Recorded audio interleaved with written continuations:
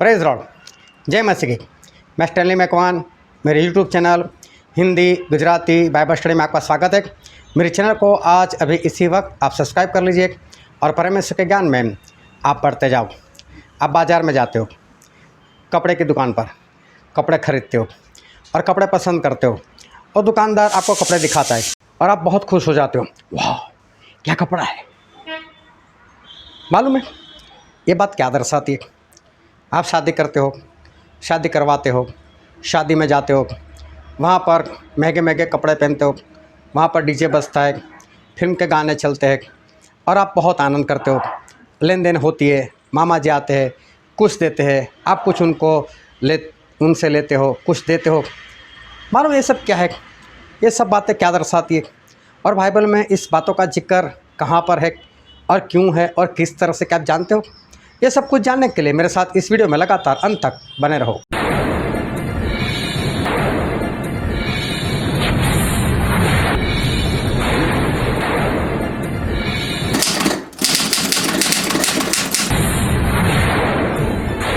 मैं आज एक वचन से आपके साथ बात करना चाहता हूँ और वो वचन है यूहन्ना उसका अध्याय 15 और वचन 19। यदि तुम संसार के होते तो संसार अपनों से प्रीति रखता, परंतु इस कारण कि तुम संसार के नहीं वरन मैंने तुम्हें संसार में से चुन लिया है, इसीलिए संसार तुमसे बैर रखता है।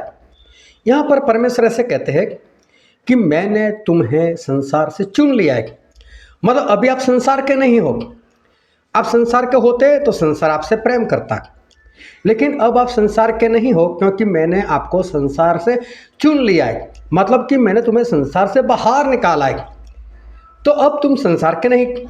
फिर एक दूसरा वचन मैं आपके सामने पढ़ना चाहता हूँ और वो है याकूब की पत्री उसका अध्याय 4 और वचन 4। हे व्यभिचारिणियों, क्या तुम यह नहीं जानते कि संसार से मित्रता करनी परमेश्वर से बैर करना है? सो जो कोई संसार का मित्र होना चाहता है वह अपने आप को परमेश्वर का बैरी बनाता है। यहाँ पर बात लिखी है कि परमेश्वर ऐसा कहते हैं कि जो संसार से मित्रता करता है वो परमेश्वर का बैरी बनता है।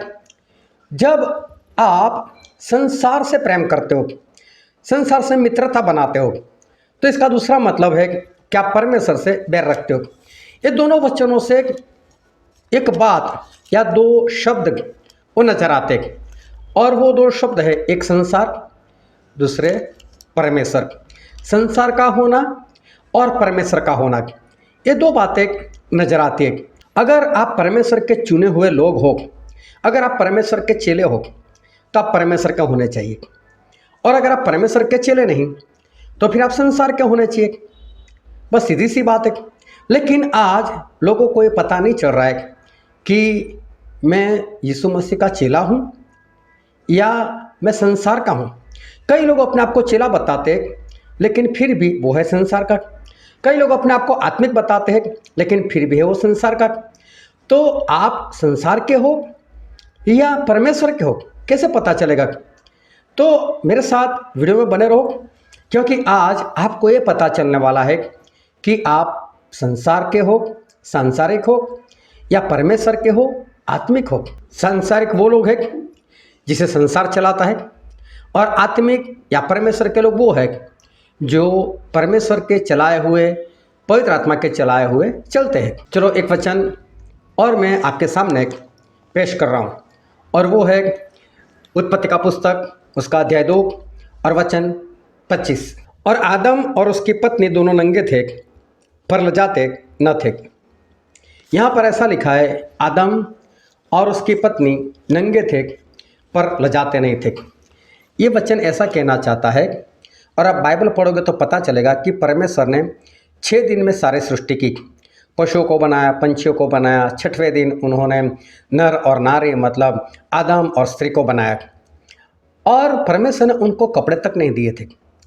अभी जब कपड़े नहीं दिए थे तो घर भी नहीं दिया था। इनके पास कोई बेड नहीं था, इनके पास कोई फ्रिज नहीं था, इनके पास कोई गद्दा नहीं था, इनके पास कोई रजाई नहीं थी।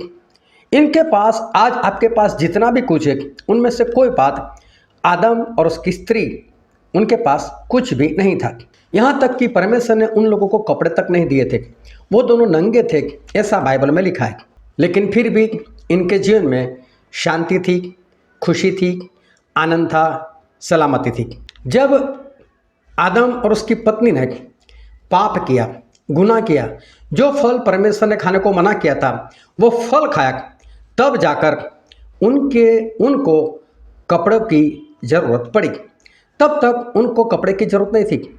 जब पाप आया तब उनको पता चला हम नंगे हैं और हमें कपड़ों की आवश्यकता है। जब तक पाप नहीं था उनको कपड़े की आवश्यकता नहीं थी। अगर पाप नहीं आता तो कपड़े भी नहीं आते। मतलब कपड़े पाप की वजह से है। तो मुझे बताओ कि पाप की वजह से जो आता है उसे हम आशीष कहेंगे या श्राप कहेंगे? हाँ जी हाँ, पाप की वजह से तो श्राप ही आता है, आशीष तो आती नहीं है। तो कपड़े पाप की वजह से आए, तो कपड़े आशीष हुए या श्राप हुए? जी हाँ, कपड़े श्राप हुए। मानते हो कपड़े श्राप है? हाँ मानते हैं। क्या श्राप कभी अच्छा लगता है? नहीं, श्राप कभी अच्छा नहीं लगता। देखो आज कपड़ों में कितनी फैशन चल रही है, कितने तरह तरह के कपड़े आज बाज़ार में आए हुए हैं। फटी जीन्स, फटा टॉप, मालूम नहीं कैसे कैसे कपड़े बाज़ार में आ चुके हैं, कैसी कैसी फैशन कपड़ों की बाज़ार में चल पड़ी है। एक बार मैं फिर से आपको पूछना चाहता हूँ कि कपड़े क्यों आए? पाप की वजह से आए। तो कपड़े क्या है? श्राप है। भांति भांति के कपड़े, तरह तरह के कपड़े, और कपड़े मतलब श्राप, मतलब तरह तरह के श्राप। इसलिए देखो बाइबल में क्या लिखा है। मैं एक वचन पढ़ता हूँ, पहला पत्रस 3 अध्याय 3 वचन। और तुम्हारा श्रृंगार दिखावटी न हो, अर्थात बाल गूंथने और सोने के गहने या भांति भांति के कपड़े पहनना।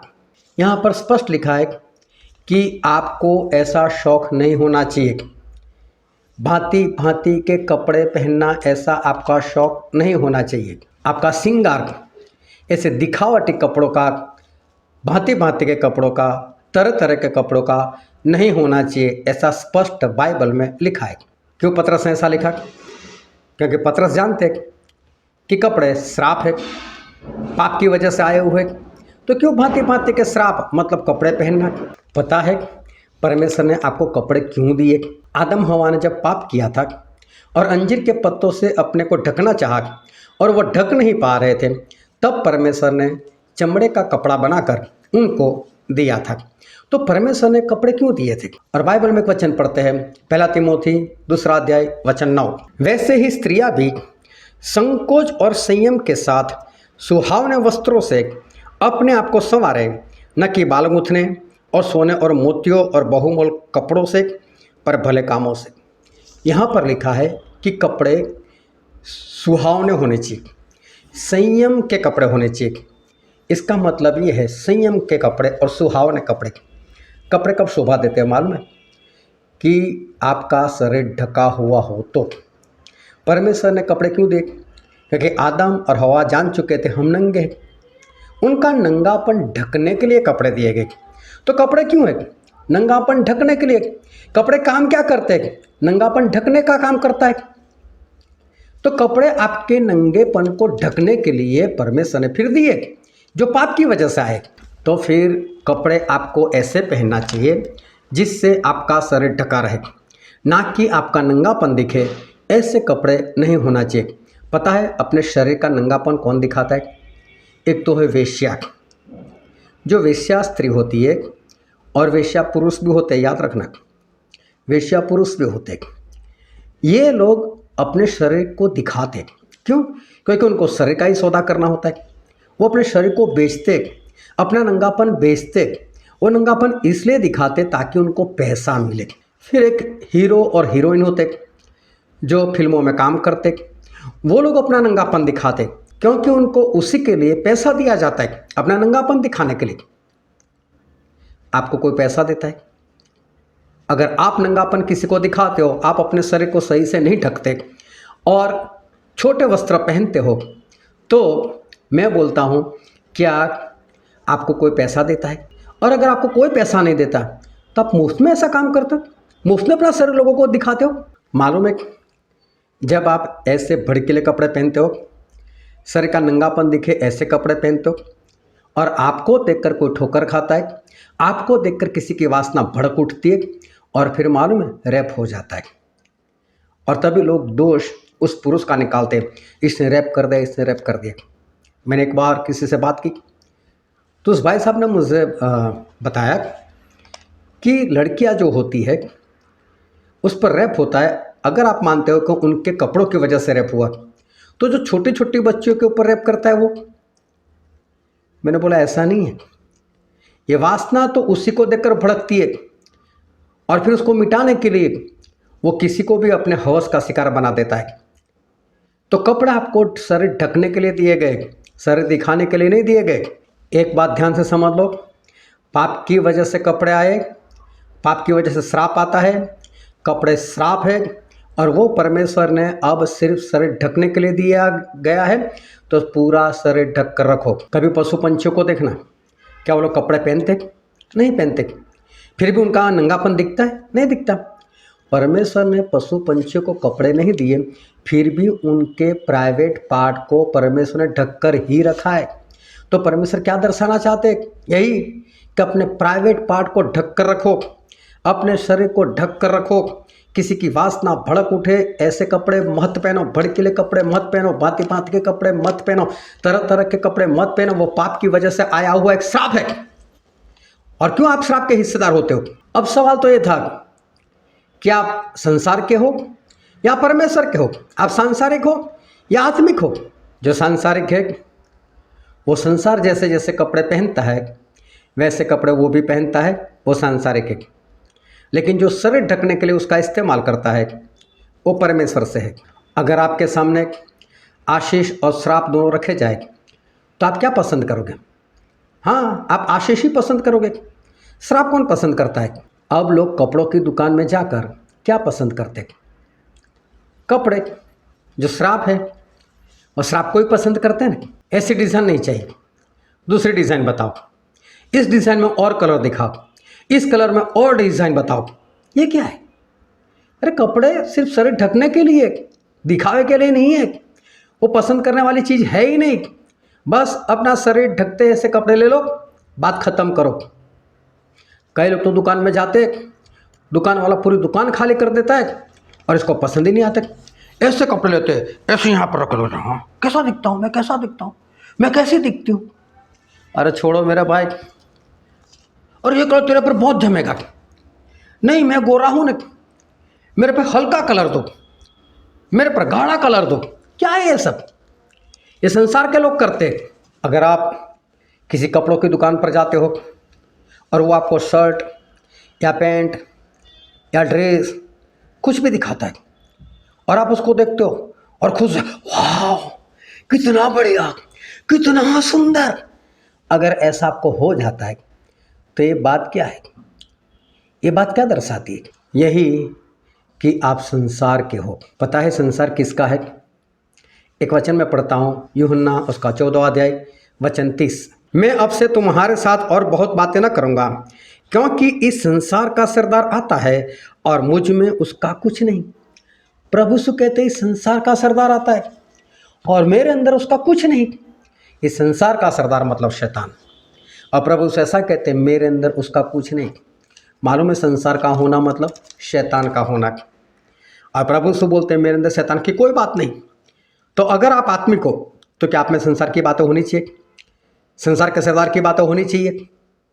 बिल्कुल नहीं। और अगर आपको भांति भांति के कपड़े पहनना शौक़ है, आप कपड़े के शौकीन हो, तो मैं बताऊं ये बात क्या कहना चाहती है। एक वचन पढ़ते हैं, याकूब की पत्री 4वां अध्याय वचन 3।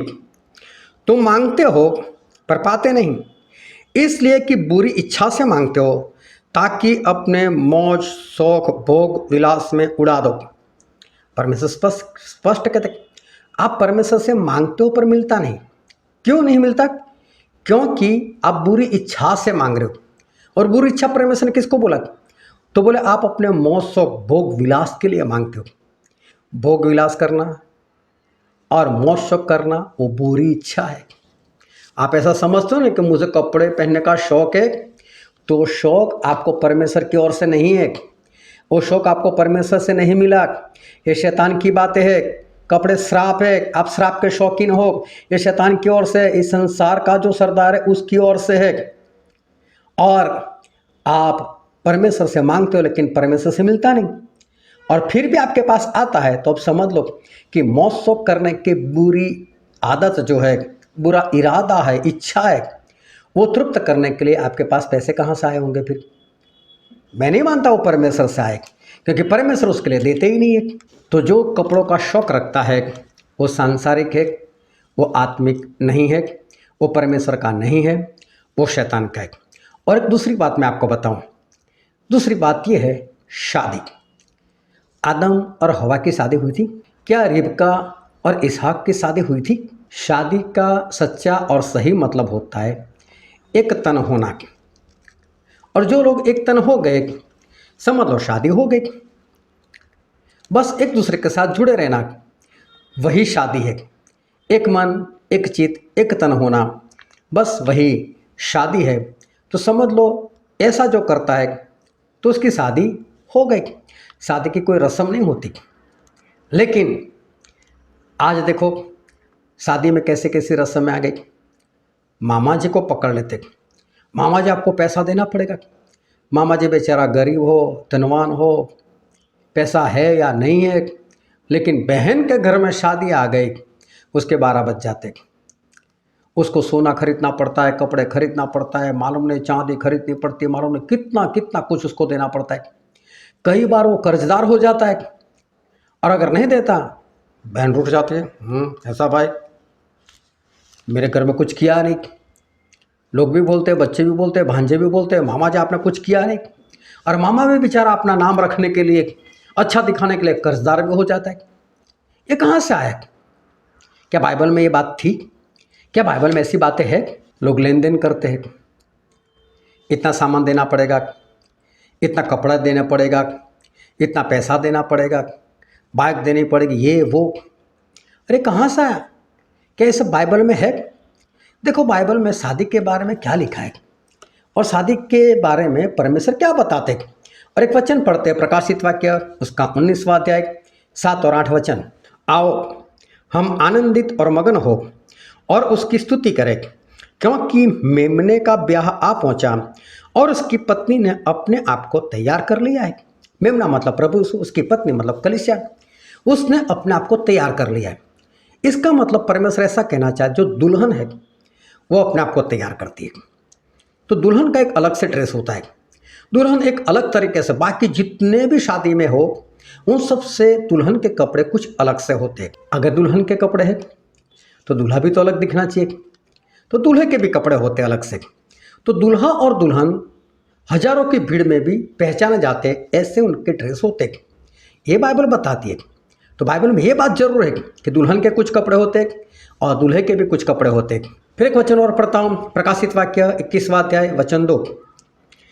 फिर मैंने पवित्र नगर नए यरूशलेम को स्वर्ग पर से परमेश्वर के पास से उतरते देखा, और वह उस दुल्हन के समान थी जो अपने पति के लिए संवारी गई हो। यहाँ पर लिखा है कि दुल्हन अपने पति के लिए संवारी गई हो। तो दुल्हन अपने आप को अपने पति के लिए तैयार करती है, ये बात सही है। तो ये बात मैं मानता हूँ कि शादी में दुल्हन के कुछ खास कपड़े होते और होने चाहिए। और शादी में एक दूसरी बात, और हम बाइबल में ही पढ़ते, प्रकाशित वाक्य उसका 19वां अध्याय वचन 9। और उसने मुझसे कहा, यह लिख कि धन्य वे हैं जो मेमने के ब्याह के भोज में बुलाए गए हैं। फिर उसने मुझसे कहा, ये वचन परमेश्वर के सत्य वचन है। ब्याह में भोजन होता है और भोजन करने के लिए लोगों को बुलाया जाता है। तो ये बात भी मैं मानता हूँ कि ब्याह होता है तो उसमें भोजन होता है, और भोजन में कई लोगों को बुलाया भी जाता है। तो ये दो बातें हैं, दूल्हे और दुल्हन के कपड़े और शादी का भोज, ये दोनों बातें होती है। तो यहाँ तक तो बात ठीक है, लेकिन ये लेन देन का चक्कर क्या है? और उसमें भी दुल्हन के घर वालों से मांग मांग कर लेना, दूल्हे के घर वालों से मांग मांग कर लेना। दूल्हा जूता निकाले उसको छुपाओ, उसके पैसे दो, उसको पानी पिलाने के पैसे लो, ये सब क्या है? दुल्हन के पास से रसोई का सामान लो, सोने का सामान लो, बेड लो, फ्रिज लो, बाइक लो, ये सब क्या है? हाँ, कोई अपनी मर्जी से देता है, बात अलग है, लेकिन मांग कर लेना ये सब क्या है? दिखावे के लिए देना है क्या है? कर्जदार होकर देना ये सब क्या है? ये सब कहाँ से है? बाइबल में तो है नहीं। ये सब संसार के लोग करते हैं, ये परमेश्वर के लोग नहीं करते, ये संसार के लोग करते हैं। डीजे लगाना, फिल्मों के गाने पर डांस करना, आसपास वालों को परेशान करना, ये सब क्या है? ये सब सांसारिक रीति रिवाज है। क्या होता है मालूम है? यार सभी लोग तो डीजे रखते हैं, हम डीजे नहीं रखेंगे तो कैसा लगेगा? पर लोगों ने रखा, आप भी रखो। लोग अपने मामा के पास मांगते हैं, आप भी मांगो। लोग दुल्हन के घर से मांगते हैं, आप भी मांगो। लोग दूल्हे के पास से मांगते हैं, आप भी मांगो। ये तो परंपरा हो गई, ये तो रीति रिवाज हो गए, और आप तो संसार के रीति रिवाजों को मानते हो। लेकिन बाइबल में क्या लिखा है? पहला कुरिन्थी 7वां अध्याय 31 वचन, और इस संसार के बरतने वाले ऐसे हो कि संसार ही के ना हो ले, क्योंकि इस संसार की रीति और व्यवहार बदलते जाते हैं, चले जाते हैं। यहाँ पर स्पष्ट लिखा है कि इस संसार के रीति रिवाजों के अनुसार मत चलो, उसके अनुसार मत चलो। ऐसा परमेश्वर कहते हुए व्यवहार चले जाएंगे, कोई फायदेमंद नहीं है, ये सारे चले जाएंगे। खाना खिलाओ, उसके बाद में चंदा भी ले लो, मत खाने पर बुलाओ। आपके घर में शादी है, आप खिलाना चाहते हो तो पैसे क्यों मांगते हो?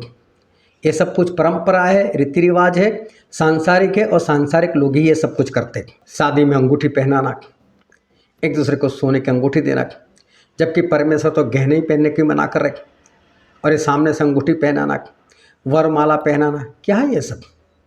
ये सब सांसारिक बातें, ये संसार की बातें, और जो संसार के लोग हैं वही ये सारी बातें करते हैं। जो ये बातें नहीं करता वही आत्मिक है, वही परमेश्वर का है। पता है बाइबल में क्या लिखा है?